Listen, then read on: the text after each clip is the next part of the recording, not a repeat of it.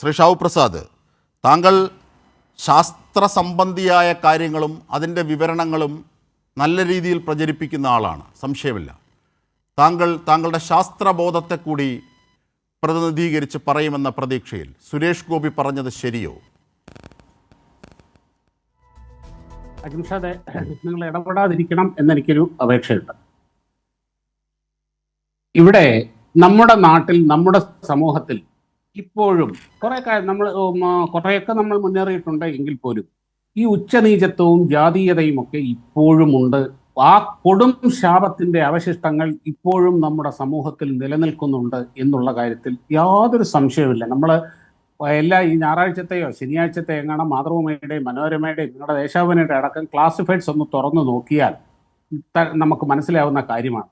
അതിൻ്റെ അകത്ത് ജാതി മാത്രമേ ഉള്ളൂ. ഏറ്റവും അങ്ങനെയുള്ള കൊടും ജാതി ചിന്ത ഇപ്പോഴും നമ്മുടെ സമൂഹത്തിൽ കാര്യമായിട്ടുണ്ട് എന്നുള്ളതൊരു വാസ്തവം തന്നെയാണ്. അങ്ങനെയുള്ള ആ ഒരവസ്ഥയിൽ എല്ലാ ജാതികളിലെയും, അതായത് മുന്നോക്ക വിഭാഗത്തിൽപ്പെട്ടവർ, പിന്നോക്ക വിഭാഗങ്ങളുടെ കാര്യവും തിരിച്ചും എല്ലാം നോക്കി അങ്ങനെ ഒരു ഇന്ററാക്ഷൻ നടക്കണം എന്ന ഒരു ലളിത യുക്തി മാത്രമേ ഞാൻ സുരേഷ് ഗോപിയുടെ പ്രസ്താവനയിൽ നിന്ന് ഞാൻ വായിച്ചെടുക്കുന്നു. അത് നിങ്ങൾക്ക് നിങ്ങളുടെ രാഷ്ട്രീയം ഉണ്ടാകാം, നിങ്ങളുടേതായ കാഴ്ചപ്പാടുകൾ ഉണ്ടാകാം, ഓരോരുത്തർക്കും കിട്ടുന്ന ഒരു അവസരം മുതലെടുക്കാനുള്ള ഒരു ആവേശമുണ്ടാകാം. അതൊക്കെ നമ്മുടെ നാട്ടിൽ അവരവരുടെ സ്വാതന്ത്ര്യമാണ്. പക്ഷേ ഇവിടെ ഞാൻ അതിനെ കാണുന്നത് അങ്ങനെ തന്നെയാണ്. ഇനി ഒരു കാര്യം കൂടെ ഞാൻ ആലോചിക്കണം. ഇവിടെ ജാതീയതയെ പറ്റി വലിയൊരു വായ്ത്താരി നിങ്ങളിവിടെ പറഞ്ഞു. 3 അക്ഷരം കൊണ്ട് EMS എന്ന ആ 3 അക്ഷരം കൊണ്ട് ലോകം മുഴുവൻ തിരിച്ചറിയുന്ന ആ മനുഷ്യൻ ഇവിടെ അവസാന നിമിഷം വരെ ദേശാഭിമാനിയിൽ എഴുതിയിരുന്നത് EMS നമ്പൂതിരിപ്പാട് എന്ന ആ വാല് നിർബന്ധമായി ഉപയോഗിച്ചിരുന്നു അവസാന ശ്വാസം വരെ. ഇല്ല, അത് അദ്ദേഹത്തിന്റെ പേര് മാത്രമാണ്. അദ്ദേഹത്തിന്റെ പേര് മാത്രമാണ്. ചർച്ചയെ വഴിതിരിച്ചു വിടരുത്. അത് അദ്ദേഹത്തിന്റെ പേര് മാത്രമാണ്. അദ്ദേഹത്തിന്റെ മക്കൾക്കാർക്കും ആ പേരിന്റെ വാലില്ല. അദ്ദേഹത്തിന്റെ മക്കൾക്കാർക്കും ആ പേരിന്റെ വാലില്ല. ആ മഹാനായ മനുഷ്യനെ ഇവിടേക്ക് പിടിച്ചേക്കിയത്. ഞാൻ ചോദിക്കുന്നത് കേരളത്തെ കുറിച്ച്, ഷാബു പ്രസാദ്, ഞാൻ ചോദിക്കുന്നത് കേരളത്തെ കുറിച്ച്. പിച്ചച്ചട്ടി എടുക്കണം കേരളം എന്ന ആഗ്രഹം പ്രകടിപ്പിച്ചത്. 2, ആദിവാസി സമൂഹത്തെ ഉന്നത കുലജാതരാണ് ഭരിക്കേണ്ടത് എന്ന് പറഞ്ഞതിലെ വാക്കിലെ വിഷലിപ്തമായ വശമാണ് ഷാവു പ്രസാദ്. അതുപോലെ അവസാന നിമിഷം വരെ അവസാന ശ്വാസം വരെ ആ നമ്പൂതിരിപ്പാട് എന്ന വാലിനോട് അദ്ദേഹത്തിന് അദമ്യമായ ആ പ്രണയം ഉണ്ടായിരുന്നുവെങ്കിൽ അത് മനസ്സിലെ ആ കൊടും ജാതീയതയുടെ തെളിവ് തന്നെയാണ്. ഇത് സംശയവുമില്ല. ഇത് ദുഷ്ടത്തരമാണ്. കാരണം ആദിവാസി സമൂഹത്തെയും കേരളത്തെയും ആക്ഷേപിച്ച കേന്ദ്ര സഹമന്ത്രിമാർ അത് BJP പ്രതിനിധികളായതുകൊണ്ട് മാത്രം നിങ്ങൾ വിഷലിപ്തമായ ചിന്ത വീണ്ടും കലർത്തുകയാണ്. സുരേഷ് ഗോപി പറഞ്ഞത് തെറ്റോ ശരിയോ? സുരേഷ് ഗോപി പറഞ്ഞത് തെറ്റോ ശരിയോ? കേരളത്തെ കുറിച്ചും ആദിവാസി സമൂഹത്തെ കുറിച്ചും ജോർജ് കുര്യൻ പറഞ്ഞത് കേരളത്തെ കുറിച്ച് പറഞ്ഞു. താങ്കൾ ഒരു മലയാളിയല്ലേ? ഇനിയും അടുത്ത ബജറ്റിലേക്ക് വരാം. സുരേഷ് ഗോപിയുടെ പ്രസ്താവനയെ പറ്റിയുള്ള കാര്യം ഞാൻ ആദ്യമേ പറഞ്ഞു. ഞാൻ വേണമെങ്കിൽ മറ്റൊരു ചിത്രം കൂടെ കാണിച്ചു തരാം. ആദിവാസികളെയും അല്ലെങ്കിൽ പാവപ്പെട്ട മനുഷ്യരെ താഴെ ഇരുത്തിക്കൊണ്ടൊരു നേതാവ് മേളിൽ ഇരുന്ന് ഭക്ഷണം കഴിക്കുന്ന ചിത്രമാണിത്. AK ഗോപാലൻ. അതും കൂടെ ഉണ്ട്. ഈ നാടിന് മുമ്പിലാണ്. കാരണം ഈ മനുഷ്യരെയൊക്കെ ചേർത്ത് പിടിച്ച് അവരെ ക്ഷേത്രവിശ്വാസി അല്ലാതിരുന്നിട്ട് പോലും ക്ഷേത്ര പ്രവേശനത്തിനായി ഈ മനുഷ്യരുമായി ചേർന്ന് നിന്ന മനുഷ്യരെയാണ് താങ്കൾ ഇങ്ങനെ പറയുന്നത്. ഇത് അച്ഛനെയും അമ്മയെയും കൊന്നിട്ട് ആ കൊലപാതകി വന്ന് ഞാൻ അനാഥനാണ് എന്ന് പറയുന്നത് പോലെ അപഹാസ്യമാണ്. താങ്കൾ സുരേഷ് ഗോപിക്കും ജോർജ് കുര്യനും വേണ്ടി മലയാളിയായ താങ്കൾ ഇങ്ങനെ പറയുമ്പോൾ സ്വയം അപഹാസ്യനാവുകയാണ്. ഞാൻ ചോദിക്കുന്നത് ഷാർപ്പായ ചോദ്യമാണ്. 2 കേരളത്തിൽ പിച്ചച്ചട്ടി എടുക്കണമോ, പിന്നോക്കാവസ്ഥയിലേക്ക് പോകണോ നിങ്ങളുടെ സഹായം ലഭിക്കാൻ? അത് നിങ്ങളുടെ ഔദാര്യമല്ല, ഈ നാട്ടിൽ നിന്ന് പിരിച്ചുകൊണ്ടു പോകുന്ന അവകാശമാണ്. അത് കിട്ടാൻ ആദിവാസി സമൂഹം ഉന്നത കുലജാതർ ഭരിക്കണമോ? ഉന്നത കുലജാതർ ജനാധിപത്യത്തിന് മുമ്പ് ഭരിച്ചിട്ട് എന്ത് നേട്ടമാണ് ആ സമൂഹത്തിന് ഉണ്ടായത്? പറയൂ ഷാവു പ്രസാദ്. ഇനിയും ഇവിടെ ഒരു ഗോത്രവർഗ വനിത ഈ രാജ്യത്തിന്റെ പ്രസിഡന്റ് ആയപ്പോൾ അവരെ നികൃഷ്ടമായ രീതിയിൽ പരിഹസിച്ച ഒരു പാർട്ടി ഇവിടെ ഉണ്ട്. ഒരക്ഷരം വന്നിട്ടില്ല നിങ്ങളുടെ ഇല്ല. ഞാൻ ചോദിക്കട്ടെ അതിനേക്കാൾ ഗൗരവമല്ലേ ഇത്? രാഷ്ട്രപതി ദ്രൗപദി മുർമു അടക്കം രാഷ്ട്രപതി. ഞാൻ ചോദിക്കുന്നത് അത് തന്നെയാണ് ഷാവു പ്രസാദ്. പാവം തളർന്നു പോയി. അല്ല ഷാവു പ്രസാദ്, പാവം തളർന്നു പോയി. രാഷ്ട്രപതിയെ പരിഹസിക്കുന്നത് പാവം തളർന്നു പോയി എന്ന് പറയുന്നതിനേക്കാൾ ക്രൂരമല്ലേ ആദിവാസി ഭരിക്കപ്പെടേണ്ടവനാണ് ഉന്നത കുലജാതരാൾ എന്ന് പറയുന്നത്? സുരേഷ് ഗോപിക്കെതിരെ എന്താണ് മോദി ചെയ്തത്? മോദി എന്ത് സുരേഷ് ഗോപിക്കെതിരെ തിരുത്താവശ്യപ്പെട്ടു? അങ്ങനെ തിരുത്താവശ്യപ്പെടണ്ടേ? അങ്ങനെയാണെങ്കിൽ ഷാവു പ്രസാദ് പറയൂ. ഒരു ആദിവാസി സ്ത്രീ പ്രസിഡന്റ് ആയിരിക്കാൻ അർഹതയില്ല. അവരാണ് അത് പറഞ്ഞത് ആരാണ്? അത് പറഞ്ഞത് ആരാണ്? അത് പറഞ്ഞത് സുരേഷ് ഗോപിയല്ലേ? വാക്കുകളാണത്. അത് പറഞ്ഞത് സുരേഷ് ഗോപിയല്ലേ? അത് പറഞ്ഞത് നികൃഷ്ട ചിന്ത സുരേഷ് ഗോപിയുടേതല്ലേ? ഷാവു പ്രസാദ്, അത് പറഞ്ഞത് സുരേഷ് ഗോപിയുടേതല്ലേ? ഭരിക്കപ്പെടേണ്ടവരാണ്, ഉന്നത കുലജാതരാൽ ഭരിക്കപ്പെടേണ്ടതാണ് എന്ന് പറഞ്ഞതല്ലേ?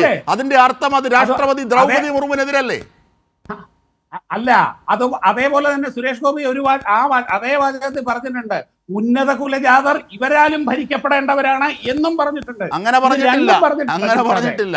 ആര് പറഞ്ഞില്ല? ആരാണ് ഈ ഉന്നത കുലജാതർ? ജനാധിപത്യത്തിന്റെയും ഭരണഘടനയുടെയും ഏത് കോണിലാണ് ഇവർ ഉന്നത കുലജാതരാകുന്നത്? എന്താണ് ഉന്നത കുലത്തിന്റെ അർത്ഥം? അത് മനുസ്മൃതി പേരുന്നതുകൊണ്ടാണ് ഷാവു പ്രസാദ്. അതിന് താങ്കൾ ന്യായീകരിക്കരുത്. എനിക്കറിയില്ല. എന്തായാലും ആദ്യം നിങ്ങൾ EMSന്റെ വാലെടുത്ത് കളഞ്ഞിട്ട് വർത്തമാനം പറ. ഇനി അതുകൊട്ടെ,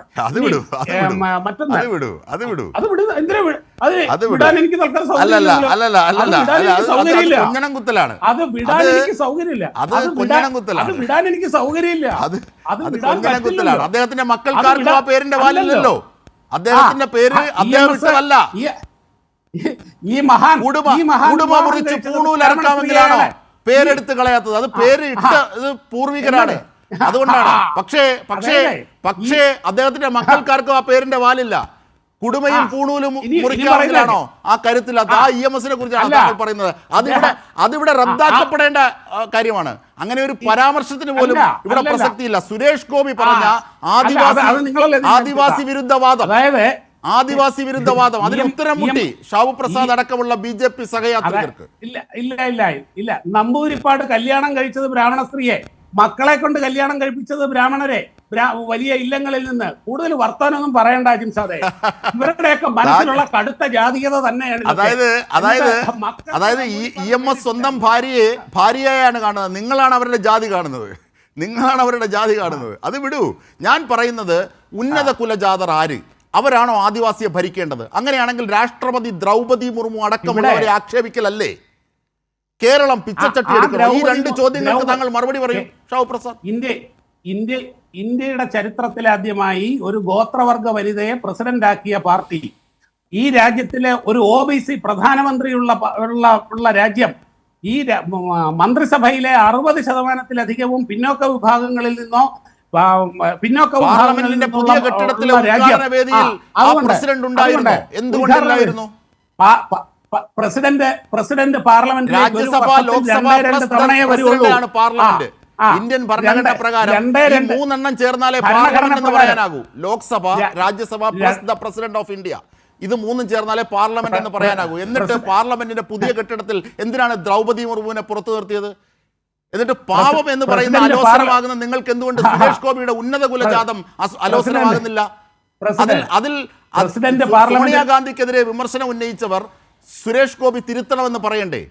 വേണ്ടേ ഷാവു പ്രസാദ്? അതല്ലേ സാമാന്യ യുക്തി? പ്രസിഡന്റ് പാർലമെന്റിലേക്ക് വരുന്നത് ഒരു വർഷത്തിൽ 2 തവണ മാത്രമാണ് ഭരണഘടനാ പ്രകാരം. അതേ പാടും. ഒരു മുഹൂർത്തം അല്ലല്ലോ